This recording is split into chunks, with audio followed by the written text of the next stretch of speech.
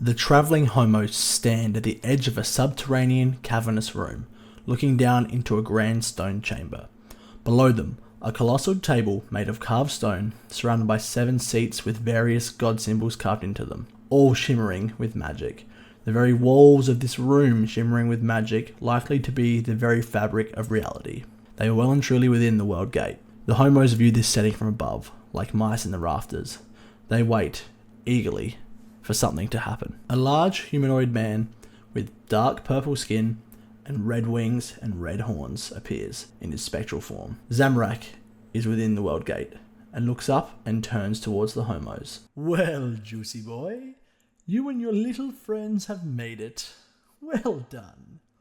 The path to get into this room is perilous, and many have not made it here in the past. I think it's been maybe, I'm not sure, 1,200 odd years, give or take, since the last time we were all here.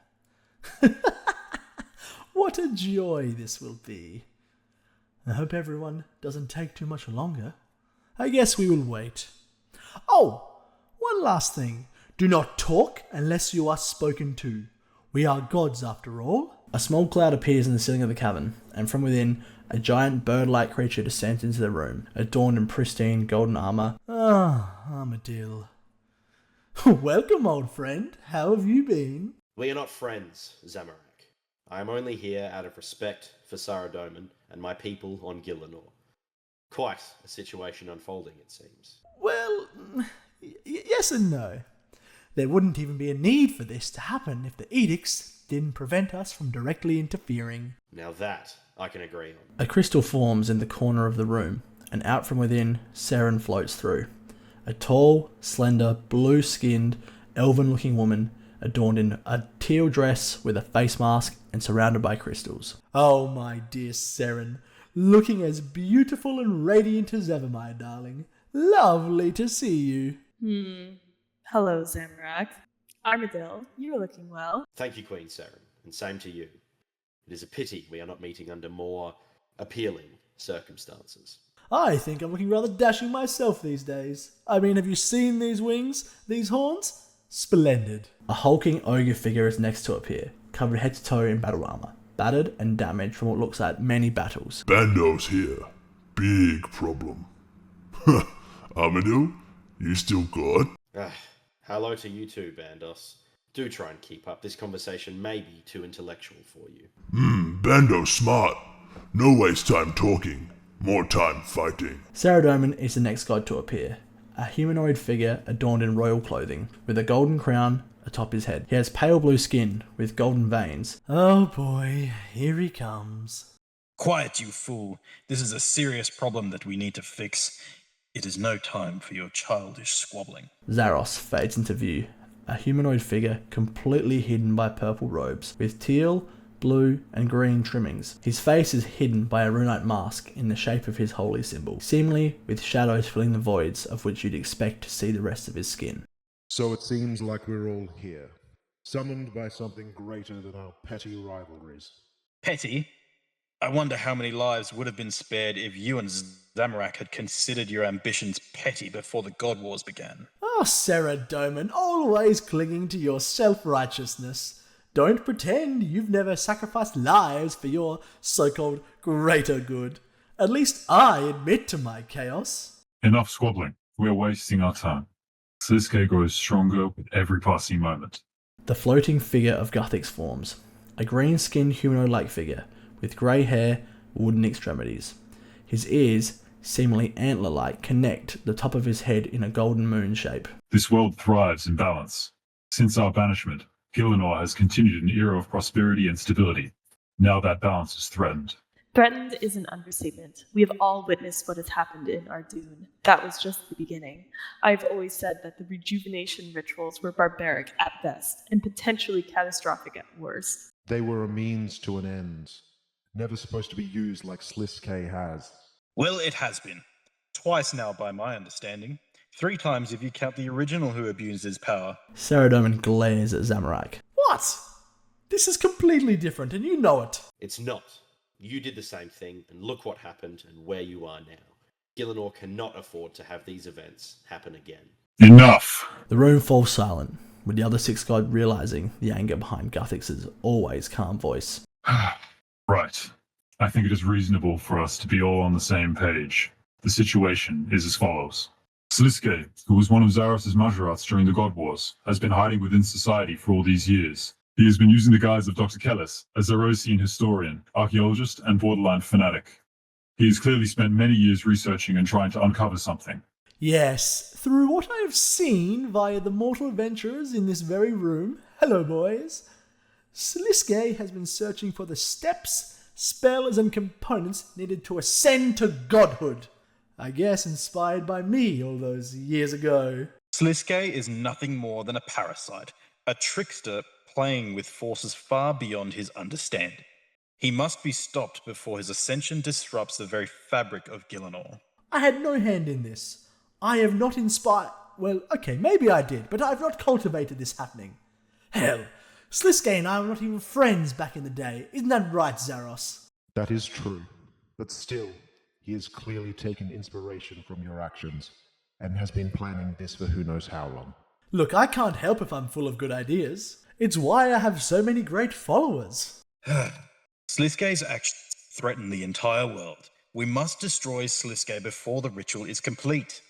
It's the only solution. I agree. He wouldn't have planned for us to come together like this, so we must use this meeting to find a solution.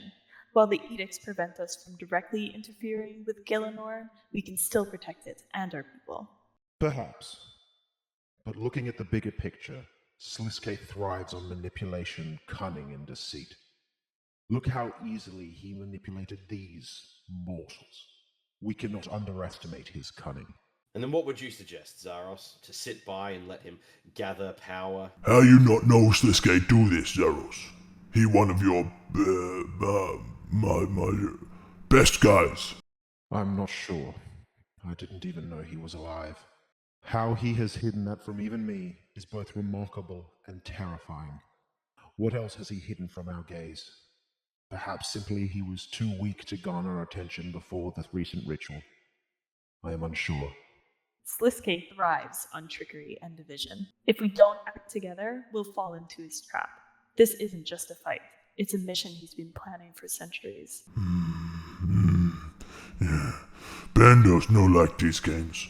Sliske tricky, but he still bleed. Zaros big people die now. Link gone. Sliske bleed. Sliske die. Yes, the Majorats have lost their tethers. He would die for good this time, like the rest have. The rest? Are they all dead? Can we even trust your word? Dead, imprisoned, catatonic. It matters little. The others are not like Sliske. And what? You're supposed to take your word for that? Look at what is unfolding right now. Divulge some details for the sake of Gillinor. Of the 13 Majorats still loyal to me at the end of the God Wars, one is still alive, Sliske. One is imprisoned, almost guaranteed never to be freed. Another is catatonic, vegetative state, and simply doesn't have the ability to perform the rejuvenation ritual. Simply put, Sliske is the threat here, not the others.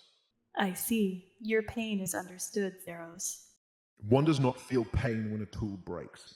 Regardless, Sliske was always a skilled deceiver, a master of the shadows. A godlike being with his skill set could wreak havoc on Gillinor. And that we can all agree on. For the sake of our followers and this plane we once all called home, we need to stop him. There is a clear pause in the room, with all the gods seemingly reflecting and thinking. Emotions cloud our judgment. We need to be precise. Sliske has been several steps ahead of us for some time now.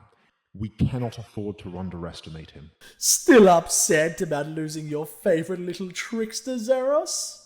I think you'd relish in the chance to crush him. This is not about personal vendettas. Sliske's ambitions threaten us all, even you, Zamorak. Perhaps this is a lesson, Zaros. The creatures you surround yourself with always seem to betray you in the end. Well, he's got a point there, Zaros. Saren, Zamorak, and now Sliske. Seems that loyalty aura is waning. I did not betray my brother. Enough! We waste valuable time. Sliske is not some pawn to be played with anymore. He is a threat that could eclipse us all. Continue your petty insults, and we all will pay the price. Zaros is right. This meeting was not intended to resurface old wounds.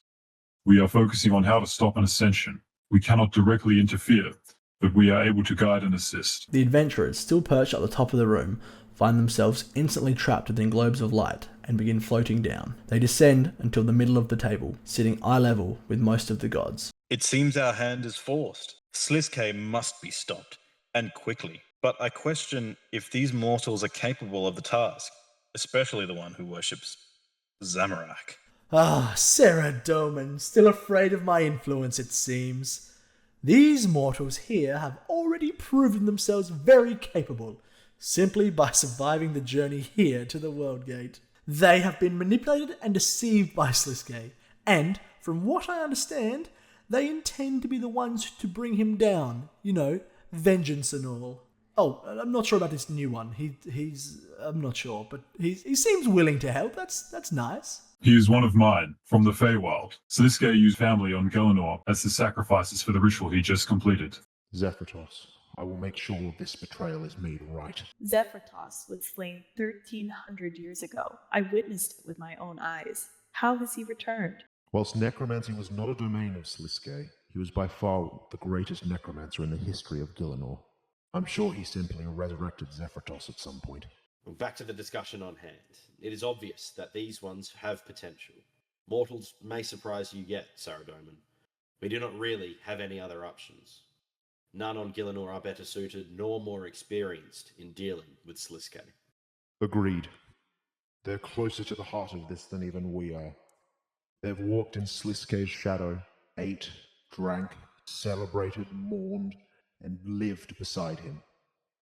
They've shown willingness to kill, time and time again. Not to mention, they are some of few beings to insult and abuse Sliske to his face and live.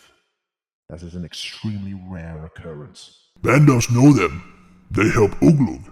They win big fight. Later, Green One died.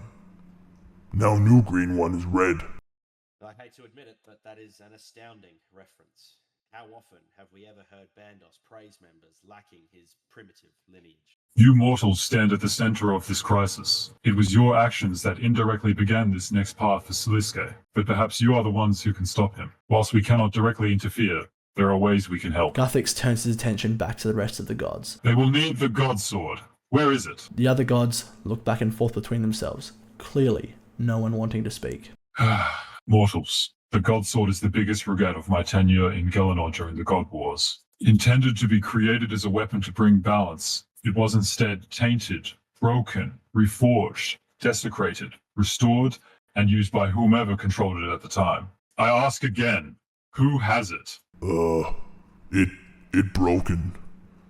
Blade, 4 pieces. And the hilts are secure within the stronghold in the north. That dungeon is sealed off by the edicts and hidden beneath 1,000 years of snow. I pray for my followers within. Correct me if I am wrong, Guthix, but the edicts would have acted as a time stop, no? Meaning all the inhabitants within are, well, frozen, but still in the same form as they were all those years ago. That is correct. All the gods turn and gaze at Guthix, seemingly all scheming and planning their next move. Including our champions. That is also correct. Oh, how fun! It'll be fantastic to have Krill roaming Gelinor once again. Grado. Long time, my friend. No!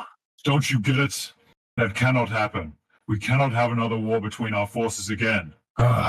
Besides, the edicts have been slowly draining their power to sustain themselves in that location. Everyone inside will be far weaker than they were during the God Wars. Adventurers, you will go to this dungeon, clear out the inhabitants, and claim the God Sword pieces and hilts. You will need this weapon to slay Sliske. The room goes quiet. If you wouldn't mind all, I'd like to just have a moment to voice a concern I'm having. Is it important, or am I able to leave? You'll want to hear this, Saradomin. Now, I will be the first to admit that the idea of adding another friend to our loving pantheon is exciting and chaotic, and personally I'm not really opposed to it. I was once the new guy, I'd like there to be another new guy. But what I am opposed to, however, is this new god being on Gielinor, being the sole one there, while the rest of us are banished here. Precisely. His ambition is not the issue. It is his presence on the plane after the ascension. That cannot be allowed. Bandos say we smash him before he do ritual. No ritual, no problem. It is not that simple, Bandos. Sliske has already set a ritual in motion. Stopping him now would take more than just brute force. Precisely. Seren is right. If our new mortal friends here fail, and Sliske is able to perform the ritual and does in fact ascend, I say, what then? We're all banished, and even you, Guthix, cannot unbanish yourself to re-banish the newly ascended Sliske. I say again, what then? What is the plan? The room goes quiet once again, everyone turning to Guthix.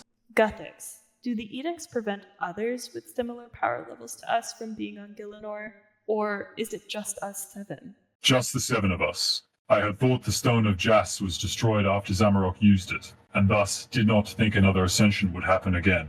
Ah, yes, the Stone of Jas. Does anyone know where it is now? Does Sliske have it in his possession?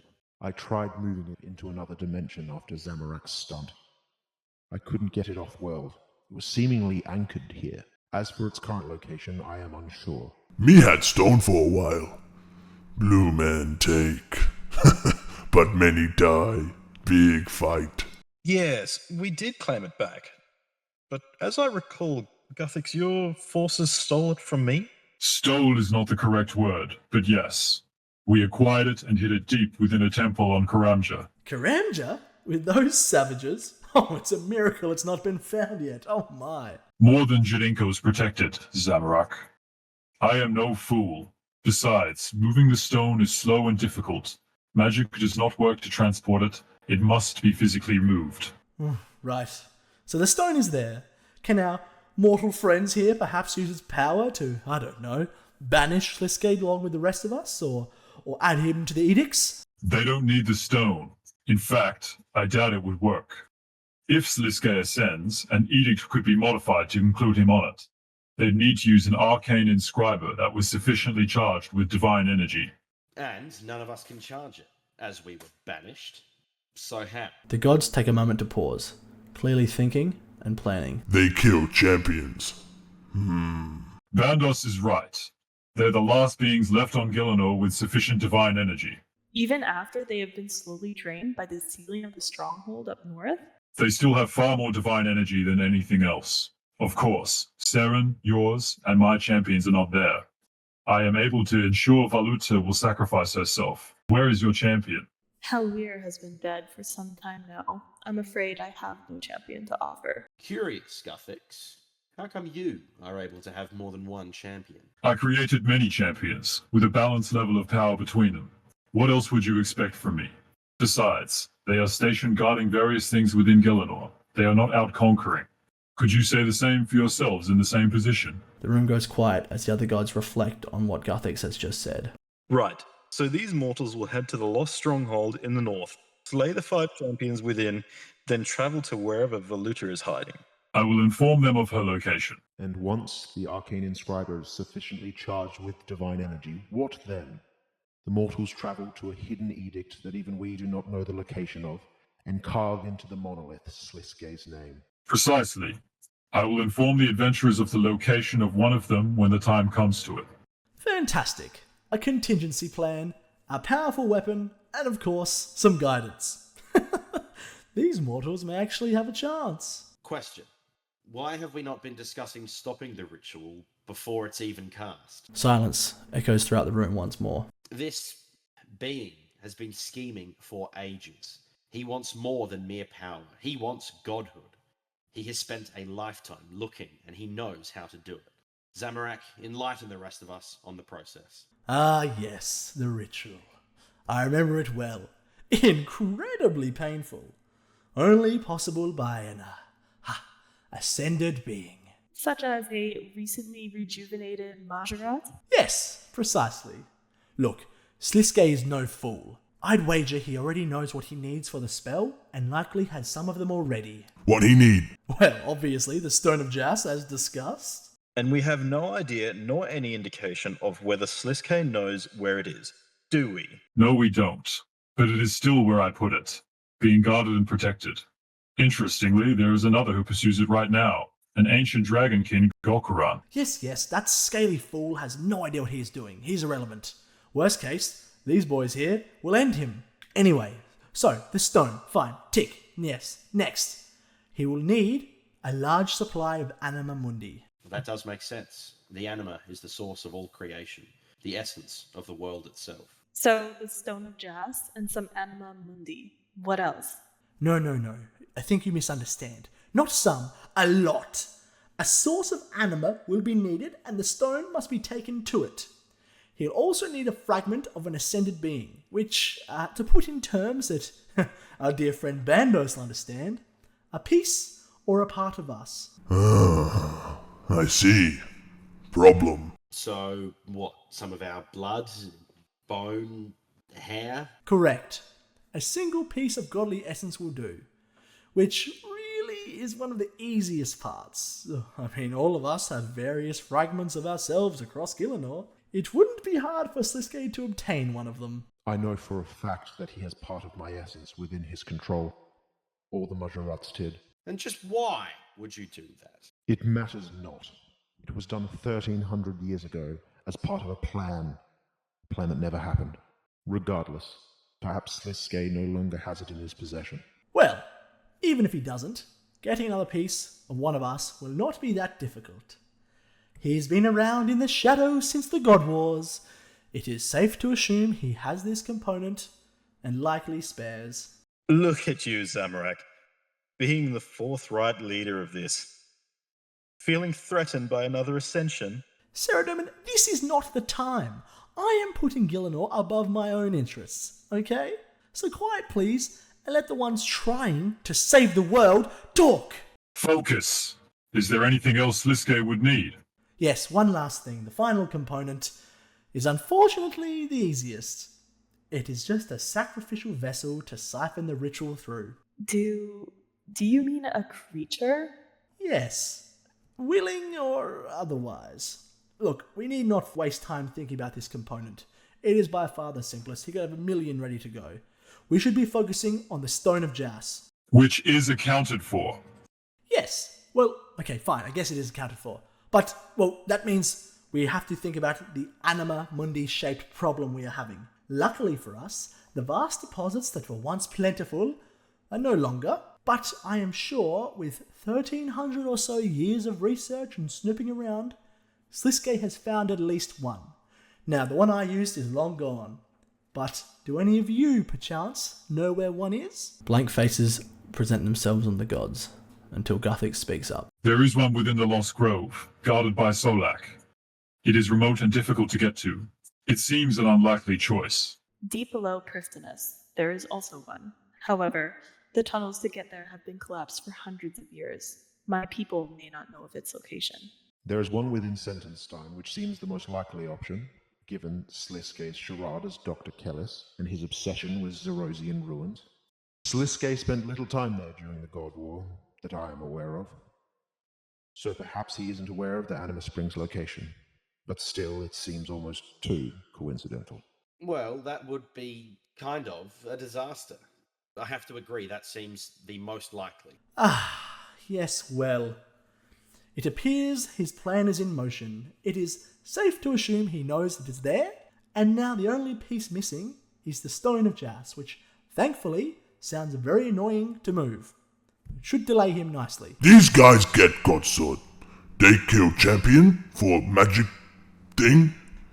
Then they find stone. Yes, you are correct, Bandos. And if they don't find the stone first, they travel to the Anima Mundi Spring, located in the ruins of Sentenstein, and wait for Sliske and stop the ascension there. Does that sound reasonable to everybody? Looking around the room, the adventurers see the various gods nodding in agreement. I must say, I think this is the first time all 7 of us have been in agreement about anything. Balanced, as it should be. Imagine what we could do if we worked together more often. Yes. However, the past is the past, and in our infinite lifespans, 1300 years is simply not long enough to forget old wounds. Oh, Zaros, I am ready to wipe that slate clean whenever you are, old buddy, old pal. That will never happen, Zamorak. We are done here.